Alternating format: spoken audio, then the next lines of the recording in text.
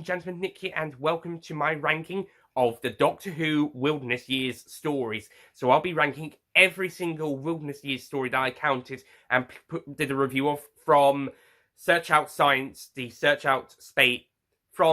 Out Space Doctor Who special Search Out Science, to Scream of the Shalka, the 2003 webcast starring Richard E. Grant as the second unofficial Ninth Doctor before Christopher Eccleston took over.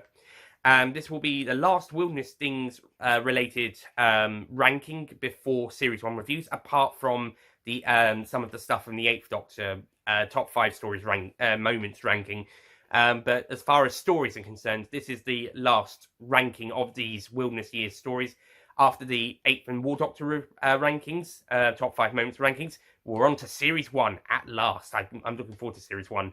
So let's not waste any more time and get down to the Wilderness Years ranking. Before we do, the stories we will be reviewing are Search Out Space, which is the Search Out Science Doctor Who special. Dimensions in Time, the 1993 Doctor Who EastEnders crossover, it's partly shown on Old House Party, partly shown on Children in Need.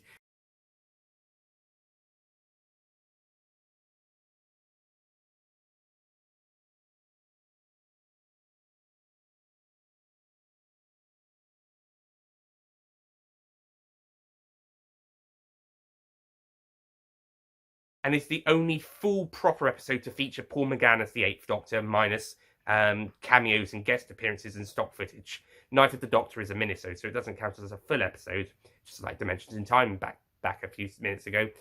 Then it's the 1999 comic relief specials, or minisodes, The Curse of the Fatal Death, which guest stars Rowan Atkinson, Richard E. Grant, Jim Broadbent, Hugh Grant, and Joanna Lumley as the Doctor. By the way, stuff before the TV movie starred Sylvester McCoy, who also pops in for the TV movie.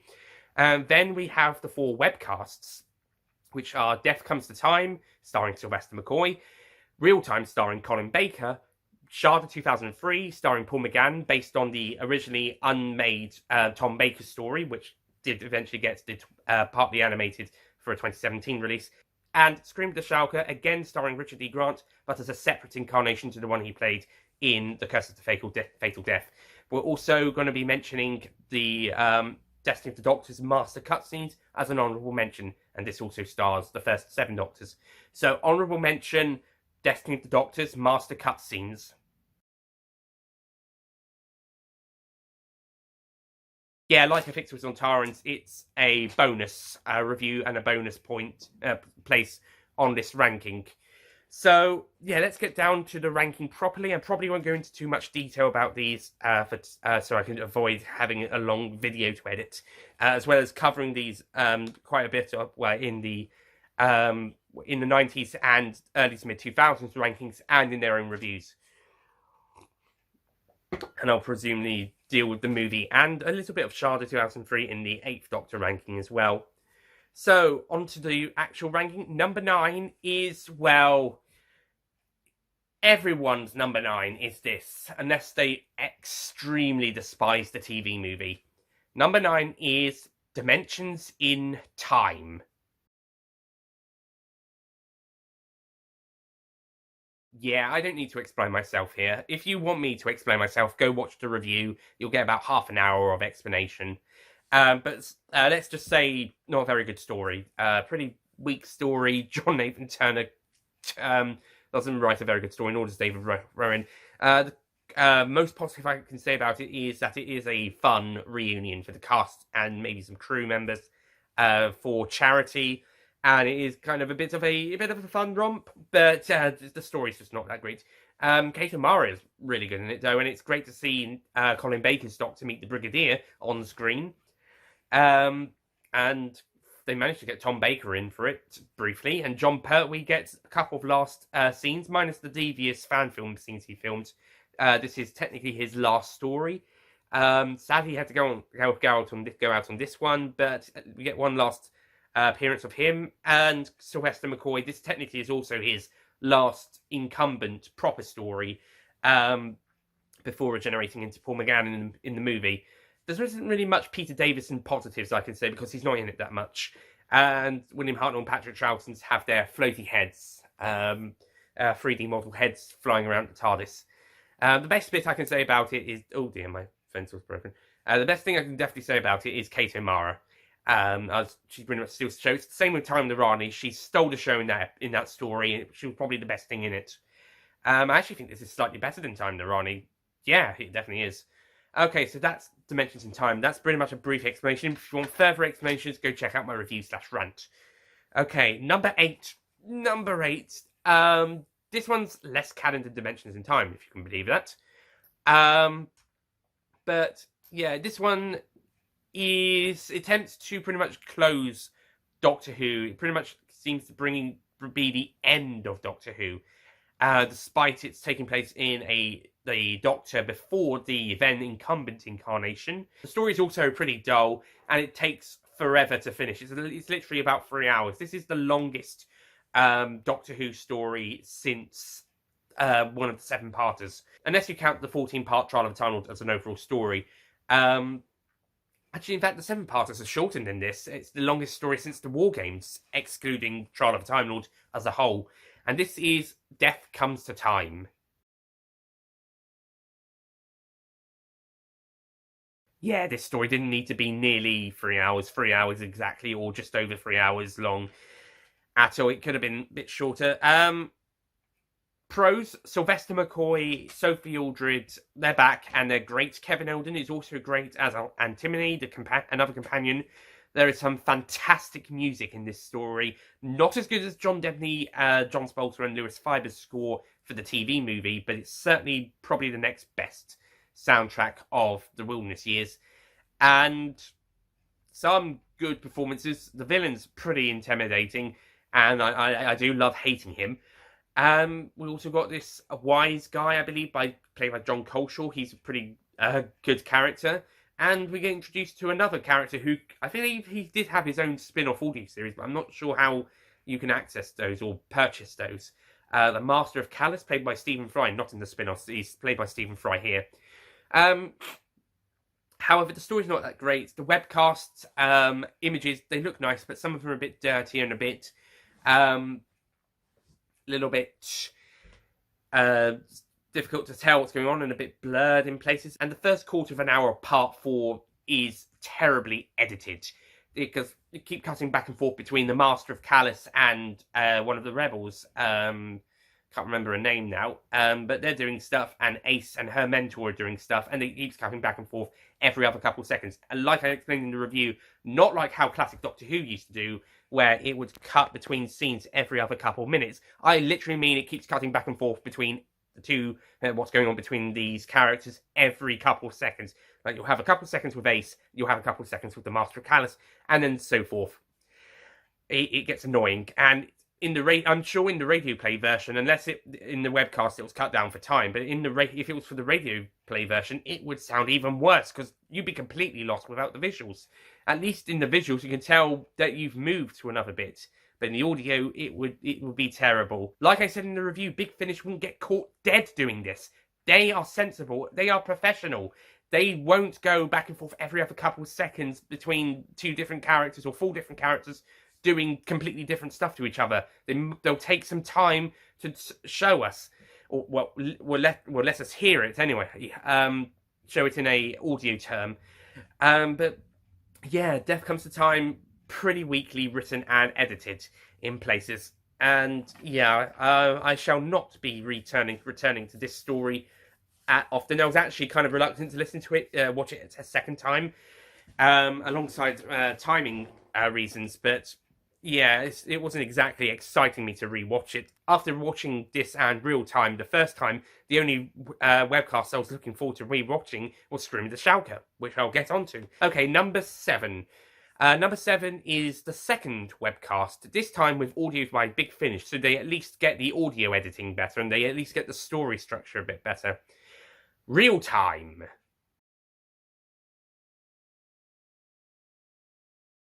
Yeah, this is much better written and edited, and the artwork is also much better here. However, there are times when the picture shows you what's going to happen right next, just a few seconds early. And yeah, that's a bit annoying. I'm not really a fan of the story either. Let's move on. Number 7. Number 7 would be higher if it was a direct remake. This is a remake of the original Tom Baker Shada, but because it changes a little bit of things, it actually kind of comes down this low. This is Shada 2003. Yeah, this is surprising because if you know me, I love the Tom Baker Shada. I love the 2017 animated version, and I really like the 1992 linking material version. I think with the scenes added in to fill up the story, I think it's even better. I love Shada with Tom Baker.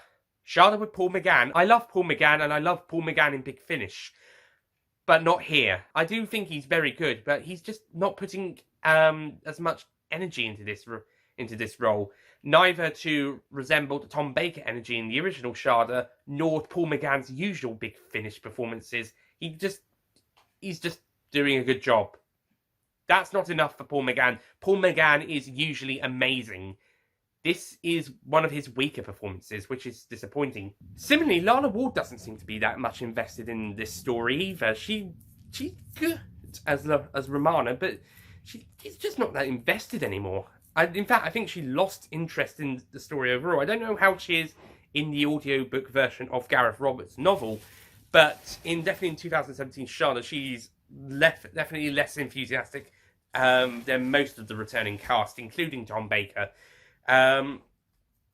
So yeah, I think Lana Ward's I think maybe she's fed up with Shada by now. Maybe I don't know how she sounds in the audiobook version, like I said, but definitely for the remake, but definitely for the animated ones, she's fed up.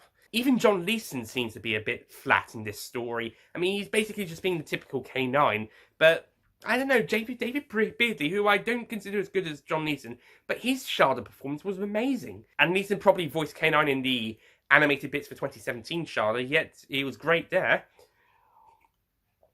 But here, I mean, he sounds normal, which actually takes me out of the story a little bit, because it doesn't sound like David Beardley. New cast are pretty good for the most part, but no standout performances from anybody. Not even Paul McGann or Lana Ward. Even John Leeson. The only standout I can say is, the only thing that actually stands out is that they're not as enthusiastic or excited as the original cast. That is a disappointment. So Shada 2003, it's good, but there isn't that much enthusiasm. Plus that the new or redone scenes are not quite as good as the original, and it just doesn't completely work. And I think this is the time where I've been annoyed at the policeman who comes in at the very end. I think this is just the this is the most annoying he is. No offense to the actor, but I think this is just the most, and the scene isn't even that much different to the original. It's just that I just don't like it, and I think this is where it comes off the worst case for me. I think this is just where it comes off worst, in my opinion. Now, if Shada's writing and directing had been a little bit better, it's not that great for Big Finish. If it had been a little bit better and a bit more enthusiastic, then I think this story would have been a bit more up the list. As for the writing, like it's the new stuff or the alternative stuff. Okay, moving on to number 5. Number 5 is actually quite fun and engaging, and it gets the audience to get involved, sort of. Search Out Space. The Search Out Science Doctor Who special from 1990, with the 7th Doctor, played by Sylvester McCoy, hosting. This is just fun, enjoyable, entertainment, educational show. The only really problem I kind of have is it doesn't really answer the questions. I mean, the contestants, Ace, played by Sophie Aldred, K9, voiced by John Leeson, and Cedric, played by someone who I don't think gets credited. Actually, no, I think he does. I just don't remember his name. I don't know if he's a new character for this special, or if he's a regular in the show, or if he was introduced here, but he's basically an alien Craig Charles, Lister from Red Dwarf. But yeah, like I was saying, they don't really they answer questions, but when they get them wrong, or they don't completely finish the answer, we don't actually find out the answer. I mean, yeah, the size of the planet and stuff, that's pretty obvious. But when it comes to K9 talking about the stars and using Smarties as representation, he doesn't get to finish the answer. It doesn't get to finish, and some of them he doesn't know the answers, which is very out of character for K9. He's actually quite out of character in this. He's a bit more emotional, which would be fine to an extent if he knew the answers. Then perhaps he wouldn't be so emotional. Maybe this is due to the writers. Maybe they wanted John Leeson to play the game as the voice of K9, like in the Weakest Link special. But that one was off the top of his head. Weakest Link. He had to come up with the answers there and then. Here, I'm sure there was some sort of a script. They had to go out and film it on location and stuff. So some pretty strange stuff, and there are some questions the Doctor puts to the audience that doesn't get answered. That would be fine if one's pitched to the contestants were answered at the end.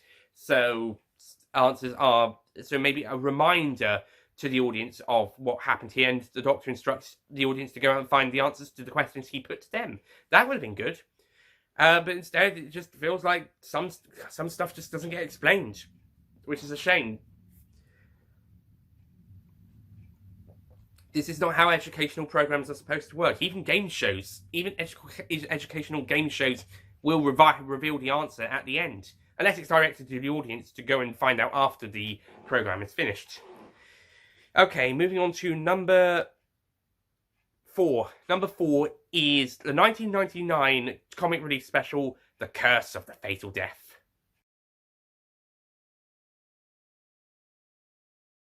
Yeah, this is a fun, entertaining story featuring 5 unofficial Doctors due to first Screaming to Shalka, then Series 1. Rowan Atkinson is amazing as the Doctor, and he's joined by Julie Swiftala, who was supposed to have been the next companion after Ace. Had season 27 and season 28 been made, and she's great as Emma. Bit different to what her character would have been in season 27 and 28, but as those seasons didn't get made, and a new actress was brought in for the Big Finish Lost Stories adaptations. And Jonathan Pryce is amazing as the Master. More of a kind of a parody of the Roger Delgado, Anthony Amy Masters, and definitely very, very funny. I would have loved to have seen him as an official Master, despite him being despite him basically being a parody, but it's still so fun. The other Doctors in this, I do like Richard E. Grant's first Doctor. He'll get another one in 6 years. 4 years later, he'll have another chance to play a more serious Doctor. Jim Broadbent's Doctor, I'm not really that fond of his Doctor, but Broadbent does a good job. Same for Hugh Grant and Joanna Lumley as their Doctors, with Lumley being my favourite of the post-Richard E. Grant incarnations. Not just because she's a woman, but she gets a bit more of a personality, although her screen time may be on the same same length as Hugh Grant's, maybe, who is also pretty cool. It would be nice to have unbound audios featuring the Atkinson and Lumley Doctors, as well as Richard E. Grant's Shalka Doctor by Big Finish, if you would oblige, please. I mean, you're doing the Lost Stories again, why can't you do unbound stories again, especially as you did 2 after the series was finished? Especially as you do 2, especially for the Jeffrey Belden and David Warner Doctors. And Bernie Summerfield crosses over to the David Warner Unbound universe from time to time. So, yeah, you can do it. You can make some. You can tie Curse of Fatal Death and Scream to Shalka into Unbound continuity. That'd be cool. Anyway, yeah, Curse of the Fatal Death, some really good stuff, and also Roy Skelton as the Daleks for the last time, and he's outstanding. Another guy's also Dalek voices, but I'm not so worried about him. And first time we see CGI Daleks in the official Doctor Who YouTube channel version. If you watch it on the Red Nose Day website, you've got the original version. The Doctor Who one includes the visual effects, including the CGI Daleks. So anyway, so that's Curse of the Fatal Death. Moving on to number 3. Number 3 is the more than 30 years in. Number 3 is the 30 Years in the TARDIS documentary extended cut named More Than 30 Years in the TARDIS. More Than 30 Years in the TARDIS is a really nicely made documentary. Some of the bits where the characters just going around doing some recreation stuff or something, not recreations, it implies they're doing recreating stuff, but specially filmed stuff with characters, some of it doesn't really go that far. There isn't really much sense with it. And this kid running around shooting things with a gun, it just doesn't really make sense. And kid, you're not gonna be able to watch from well, you can watch from behind the sofa, but but I don't know, the way he's doing it is just a bit strange. And pointing a toy gun at the television screen is not going to stop the Daleks or anything coming towards you. But the documentary, as a documentary, is really good, and it's some great stuff and some great information, and generally it does a really great job. When it talks about the Doctors, it talks about the first three, then it decides to skip Tom Baker, and then later on down the line it decides to do the last three Doctors. Strange. But I think it is a well-made documentary, and Nicholas Courtney is definitely the best choice that could get for it. And Nicholas Courtney's narration is perfect. And yeah, it's amazing. And this would also actually be John Pertwee's actual last contribution to Doctor Who, minus the devious fan film scenes that he did. So yeah, some great stuff here and some really cool bits. It's on the same level as the Dalek Mania documentary for the Dalek movies. That's also really good as well. So yeah, more than 13 years in the TARDIS, really nice. Number 2. Oh, we're in controversial territory here, as my number 2 spot goes to the only actual official canon episode broadcast in the Wilderness Years. Because the rest, you could argue, isn't canon, or in the case of 30 Years in the TARDIS, is a documentary that doesn't really count. In Search Out Science, it's an educational game show, doesn't really count, and the rest are either not canon or can be argued to not be canon in the case of Dimensions in Time and Shada 2003, and maybe Real Time. And I mean, it's not canon in the audio continuity, but for the visuals, I'm not so sure. But Screams of Shalka and Fatal Death, definitely not canon, and so is Death Comes to Time. Destiny of the Doctors might be, I'm not sure, but that's a game. This one, however, is the only proper episode of Doctor Who to air in the entirety of the 16-year wilderness gap, in the entirety of the wilderness years between 1989 and 2005. And this is, of course, Doctor Who, the movie.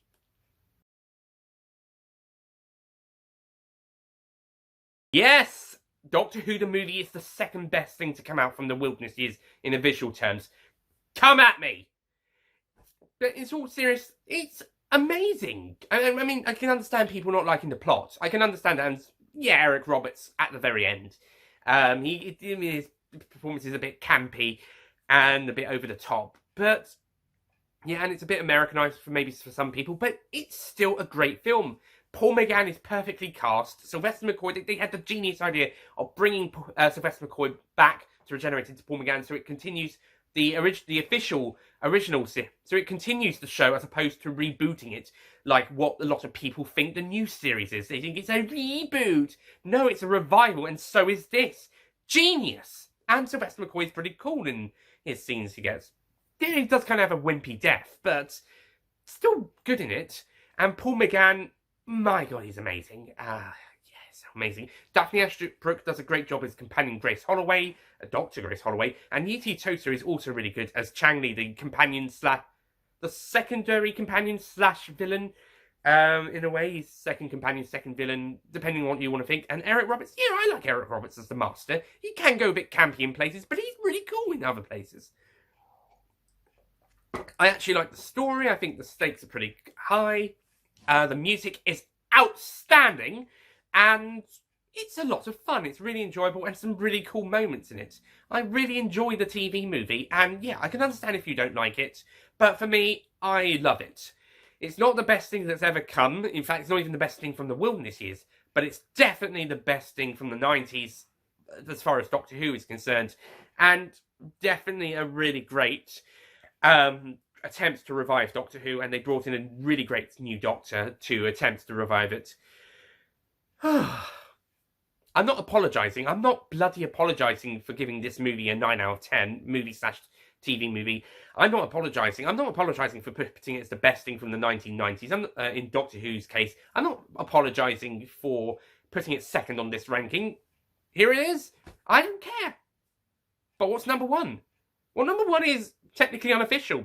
So number 2 is technically the best official thing from the Wilderness Years. Excuse me. Number 1 is unofficial, but I think the story's slightly better. there you go. There is it. I think the story of this one is slightly better. The best webcast, Scream of the Shalka.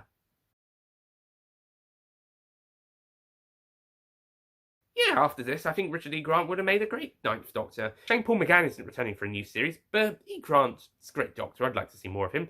This goes the same for Series 1 when Christopher Eccleston takes over. I would have liked to have seen Paul McGann again, but I love Christopher Eccleston, and I'm happy to see him throughout his series. So, but yeah, great story, some nice characters, and great performance. Richard E. Grant is great as his Doctor. I also love Derek Jacobi as the Master. Sophie Okonedo is good as Alison, although the character gets very little to do later on. Some really good stuff, and nice cameo from David Tennant, by the way, for David Tennant fans out there. And Shalka are pretty good monsters, although I do get a bit annoyed of the screaming a bit, but it's part of their character, so I won't complain too much. And yeah, it's a good story. Paul Cornell does a really good story. And some great animation by Cosgrove Hall. And some really good music as well. So yeah, Scream the Shalka. I think that's the best thing to come from the Wilderness years. And it was the last thing. Shortly before that, they announced that Doctor Who would be returning in 2005. And so that'll be the next review, as I probably stated. Just 2 more rankings to go and then more onto Rose. So, to recap this list, number 9, Dimensions in Time. Number 8, Death Comes to Time. Number 7, Real Time. Number 6, Shada 2003. I think it'd be 5th or even 4th if it was following the same beats, proper remake of the original. And probably number 3 if it was... And probably number 3 or number 2 if there was even more enthusiasm into it. But as it is, it's number 6. Number 5 is Search Out Space. Number 4 is The Curse of the Fatal Death. Number 3 is More Than 30 Years in the TARDIS. Number 2 is controversial, I mean Doctor Who the movie. And number 1 is not controversial, I mean Scream the Shalka. Okay, so that's it from me. Thank you for watching. Next ranking will be the top 5 8th Doctor moments ranking, followed by the top 5 War Doctor moment, followed by the top 5 War Doctor moments ranking, and then Rose review. I'll see you guys next time. Goodbye.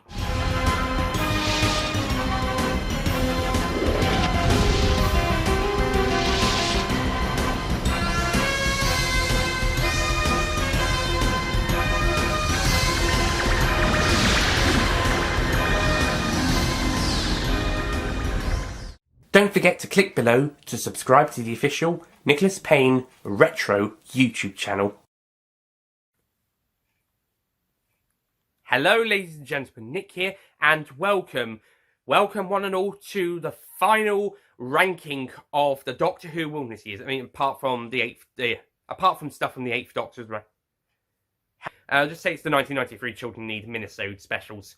Then it's the 1993 30th anniversary documentary with its 1994 extended, and it's the only on-screen proper episode. And Scream the Shalka Scream the Shalka also starring Richard E. Grant. The story is actually a bit dull, and some of the characters are likable, but unless you count Trial of a Time Lord as an overall story in which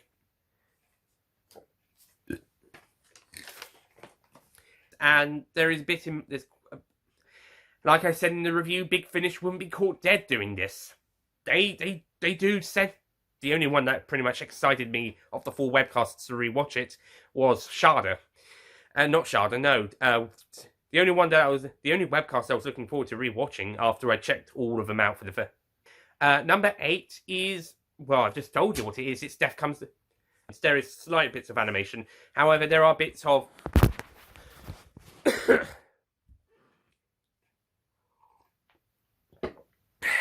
I'm just not really a fan of the story either. Damn this cone.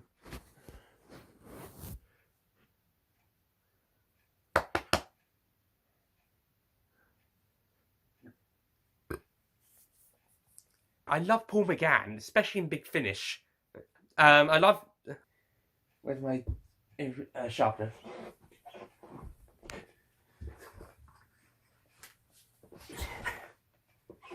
Similarly, Lala Ward puts in her weakest performance as Romana in a Shada. Oh, cunt! Stop fucking falling down!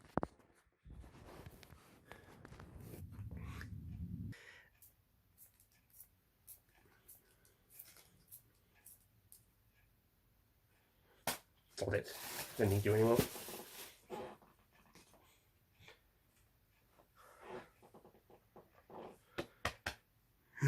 Even John Leeson doesn't sound that good. And Leeson probably filled in the unfilmed bit voice.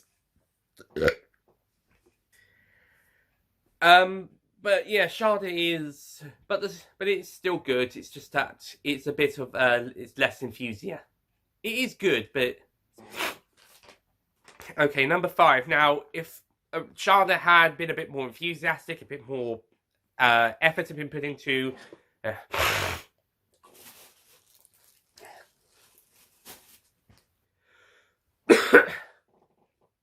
Maybe this is more on John Leeson's part or the writers. Then okay, maybe this is how John Leeson wanted him to be, unless it's directed to the audience to come back and go out and come back and find. Unless it's directed to the audience to go out and find out late after and when Big Finish adapted them to their story, to some of the stories. And when Big Finish adapted them for the Lost Stories range, the actress was changed, and Warner continues to make appearances in Bernie Summerfield stories, and Bernie Summerfield crosses over to the Unbound Warner universe. If you're watching on the Big Finish, the big reminds me of the Dalek. As my number 2 spot goes to Paul, and the rest are even not, and the rest. Could be argued to be not canon, including the Shada remake, and especially Curse of the Fatal Death and Scream the Shalka, which are completely not canon. The rest you can argue. Dimensions in Time and Scream the Shalka, and the rest, including Dimensions in Time. This other one, the West. Shane Paul McGann wouldn't have been returning, but Shane Paul McGann wouldn't be returning for a new series. This also includes, and then shortly after, I think it would have been 5th or 4th if it actually was a complete remake of the official. And number 1 is Scream the Shalka, which isn't controversial. Oh dear.